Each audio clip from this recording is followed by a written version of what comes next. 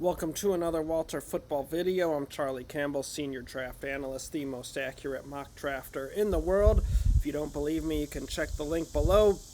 All right, so a few weeks ago I did a video on GM power rankings, and I figured here we are in the summer and vacation time for the NFL, so let's go ahead and add to it with a head coach power ranking. So, not included in this are the 5 new head coaches whose teams have yet to play a game with them as a head coach. Ben Johnson with the Bears, Aaron Glenn with the Jets, Liam Cohen with the Jaguars, Kellen Moore with the Saints, and Brian Schottenheimer with the Cowboys. Now, I also am not including in this ranking the coaches that really haven't been at the job long enough to really render a real judgment, and that would be Dave Canales with the Panthers, Raheem Morris with the Falcons, Mike McDaniel with the Seahawks, and Brian Callahan with the Titans. So those 9 coaches we're not going to include.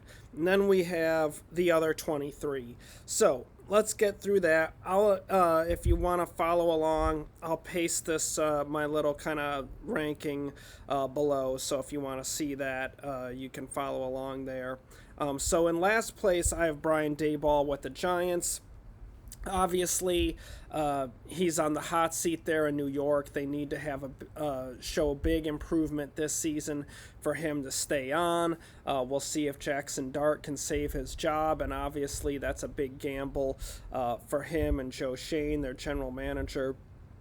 So I would say about Daboll, one reason why I have him ranked here, I think just from a scheme perspective, he's definitely an underwhelming head coach. I know players with the Giants that have left the team have remarked about the scheme. This is just privately, have talked about how some of the protection schemes that Daboll does not have in the offense.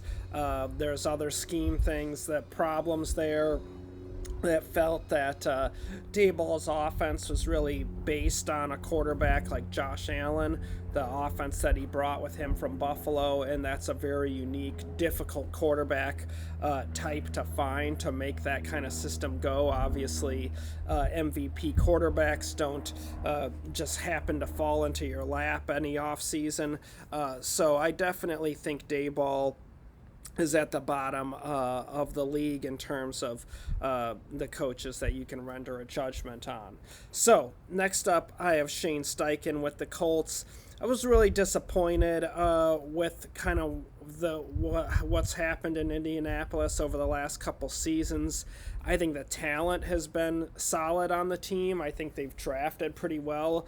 I think I know they've scouted well as well. But I do think that the development of Anthony Richardson has been very lackluster, to say the least. I bet he loses the starting job to Daniel Jones in training camp. You've not seen an improvement in the accuracy issues that Richardson had coming out of Florida. A lot of the footwork stuff that he wasn't taught and was a very raw quarterback prospect. You haven't seen improvement there.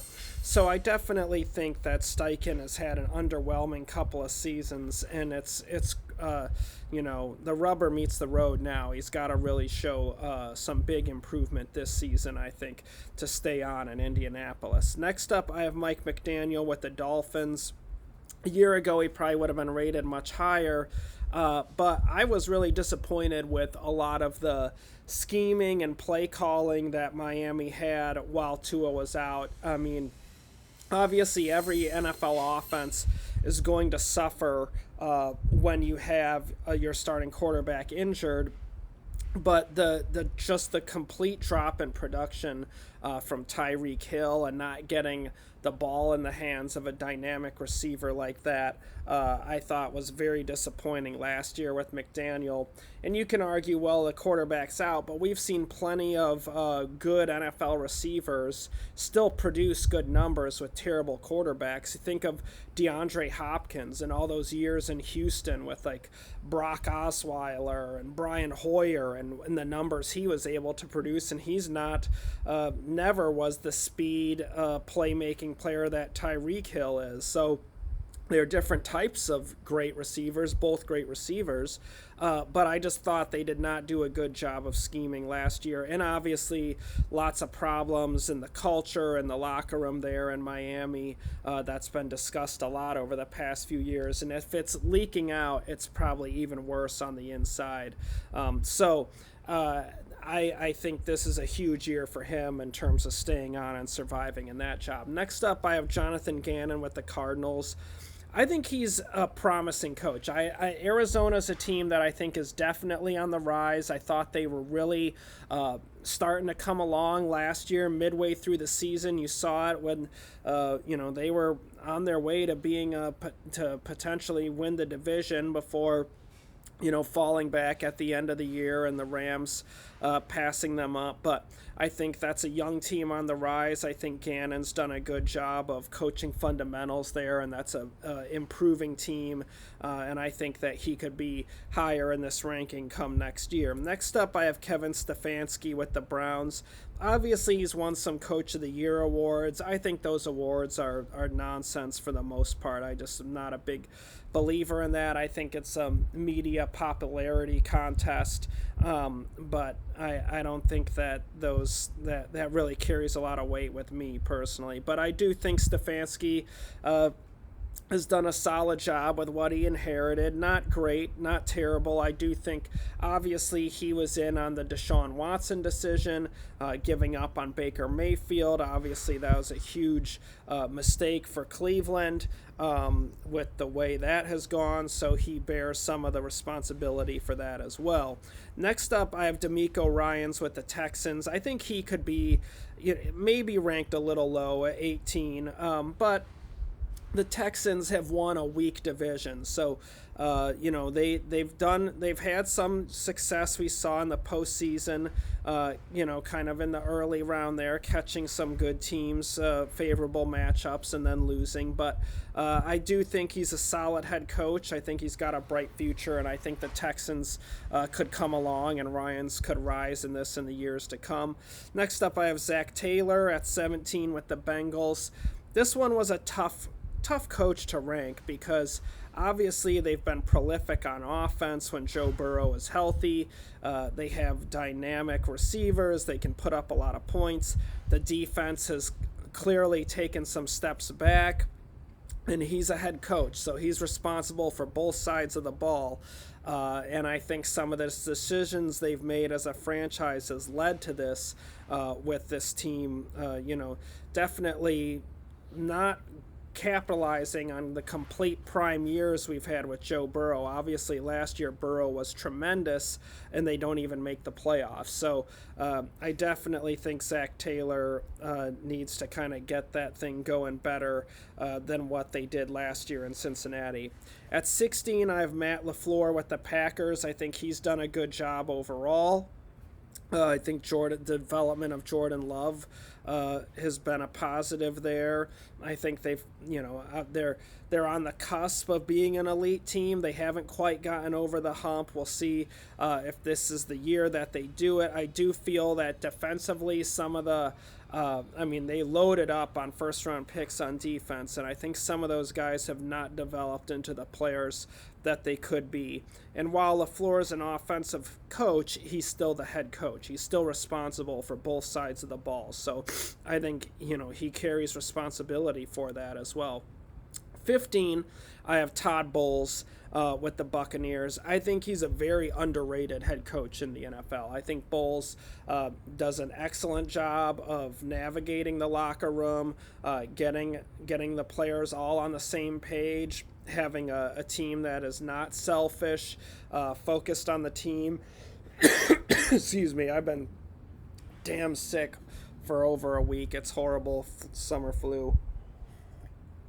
But I think Bowles has done a really excellent job with Tampa Bay in terms of keeping them in the playoffs, despite the kind of rebuilding and the process that they went through with the Super Bowl team aging out, Tom Brady retiring.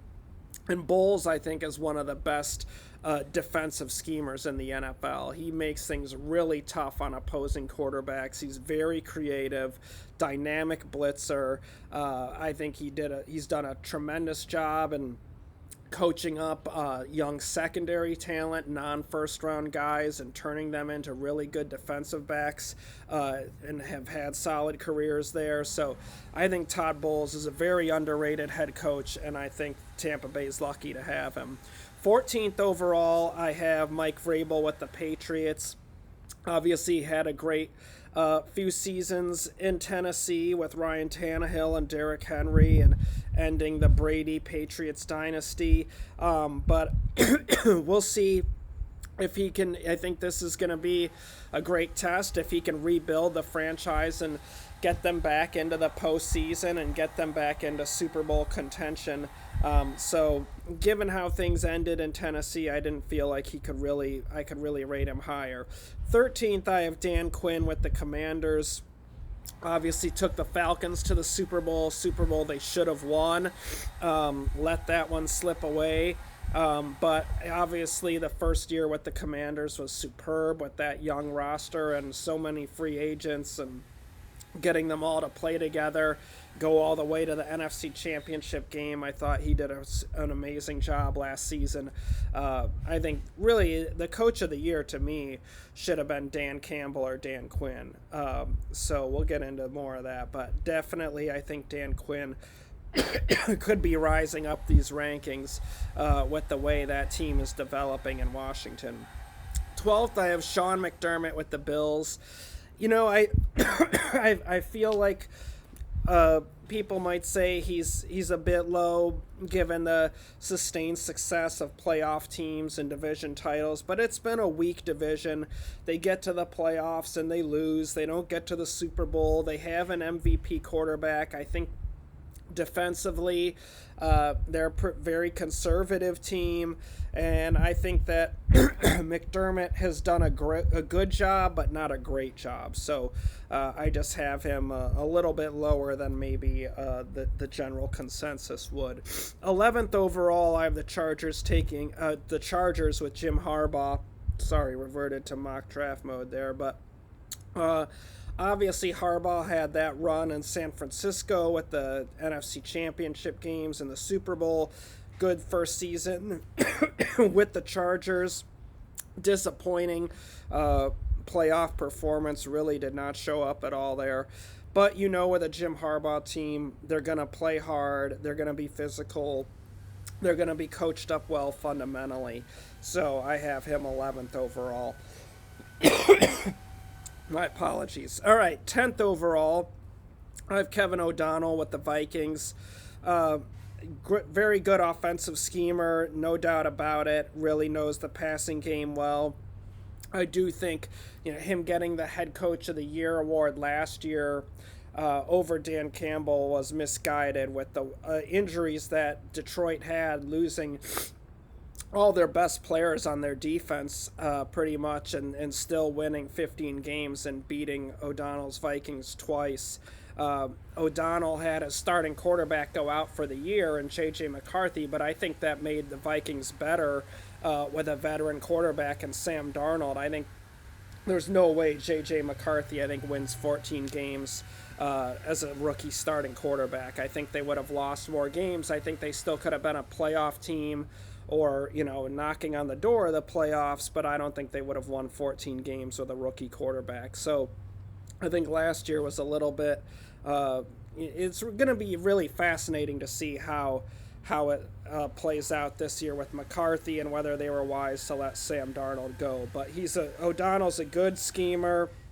I think the players play hard for him. I think they always come ready to play, and I think he's done an excellent job. And I think Brian Flores was a tremendous hire by him with helping that Vikings defense really show big improvement last season.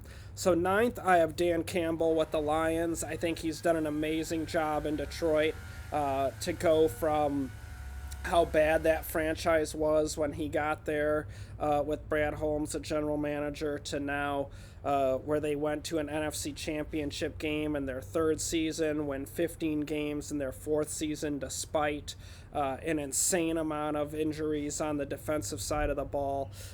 So I think Dan Campbell is one of the best coaches in the NFL, hands down. 8th overall, I have Kyle Shanahan with the 49ers. So obviously, they've had a lot of sustained success. Last year, crazy amount of injuries, but he's taken them to 2 Super Bowls. Haven't gotten over the hump yet, but I think he does an amazing job scheming.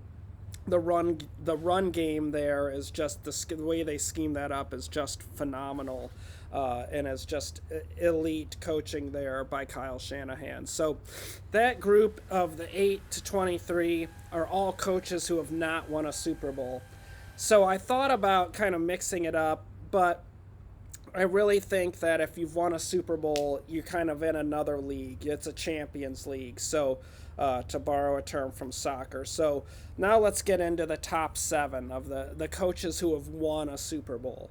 So I will say that if I was an NFL owner, I would rather hire Kyle Shanahan or Dan Campbell or Kevin O'Donnell over some of these coaches. Like, I'd rather have those 3 over, say, a Sean Payton or a Pete Carroll, who've won Super Bowls. But this is they've done something that those other coaches haven't. They've won a championship. So they, I think, deserve to be in a category of their own. All right.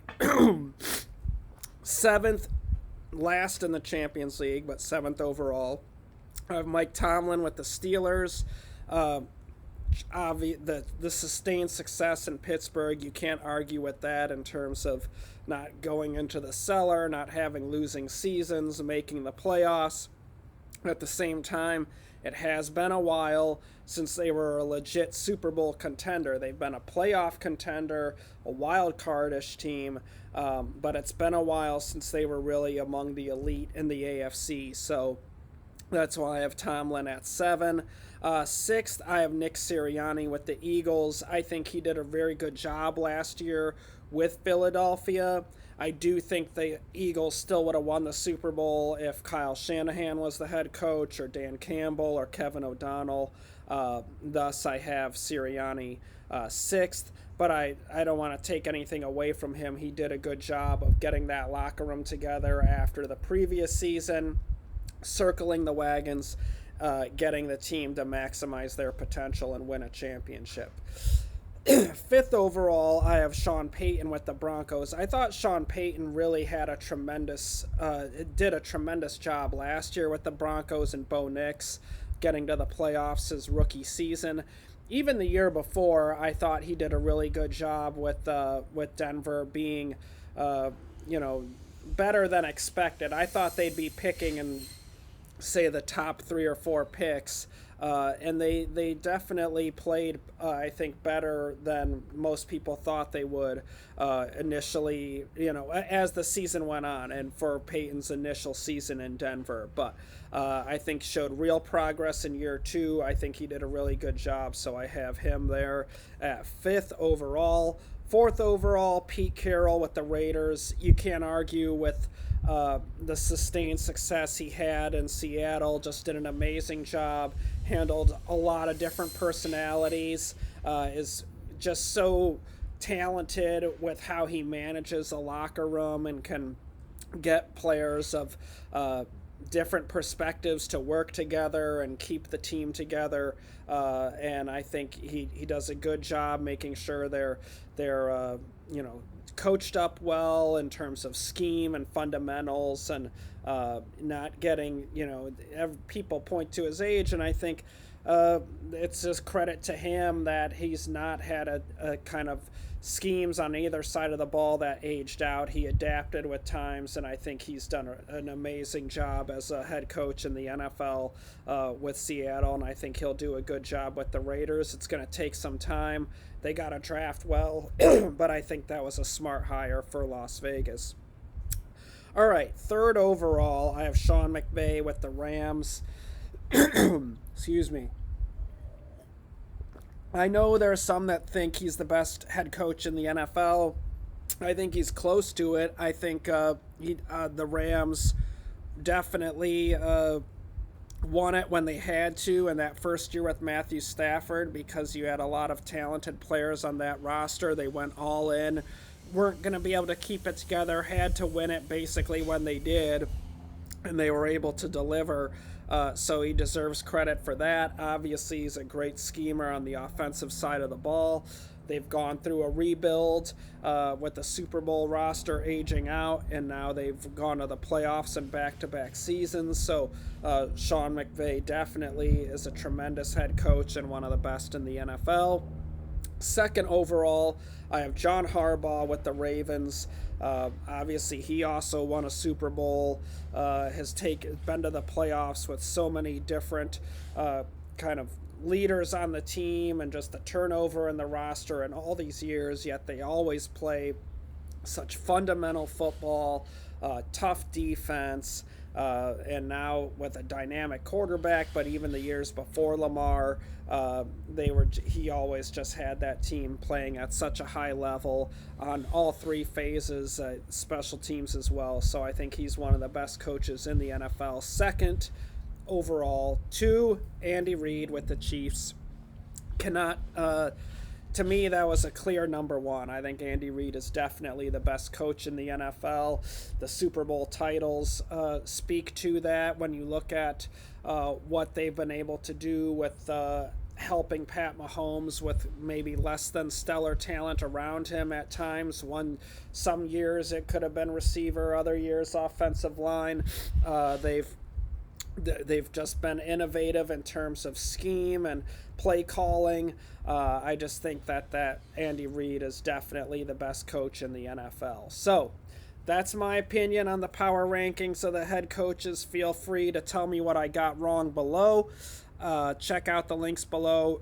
Got a lot of stuff going up, updated rankings for the 2026 prospects. Walt's got his season previews going up. Those are a must read. So even though the NFL is on vacation, we're not. We're still cranking out tons of content, getting you ready for the NFL season and the fantasy season and the next draft. So check it all out on walterfootball.com. Thank you guys so much for watching. Love to all of you. Be safe. Have a wonderful 4th of July, and I'll be back with you guys soon.